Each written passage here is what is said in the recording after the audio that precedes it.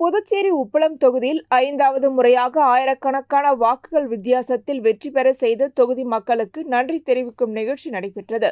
தொகுதி சட்டமன்ற உறுப்பினரும் தற்காலிக சபாநாயகருமான அன்பழகன் உப்பளம் வீரர்வெளி வார்டு பகுதியில் வீடு வீடாக சென்று பொதுமக்களை நேரில் சந்தித்து இனிப்பு வழங்கி நன்றி தெரிவித்தார். அப்பொழுது பேசிய அவர், உப்பளம் தொகுதியின் இழந்த பெருமையை மீட்டெடுக்கவும் தொகுதியின் ஒட்டுமொத்த வளர்ச்சிக்காகவும் என் மீது நம்பிக்கை வைத்து சட்ட ரீதியான பணியாற்றும் வாய்ப்பை வழங்கிய மக்களுக்கு மனமார்ந்த நன்றியை தெரிவித்துக் கொள்கிறேன் என்றார். மேலும் உப்பளம் தொகுதி முழுவதும் தொடர்ந்து வீடு வீடாக சென்று மக்களை சந்தித்து நன்றி தெரிவிக்க உள்ளதாக தெரிவித்தார்.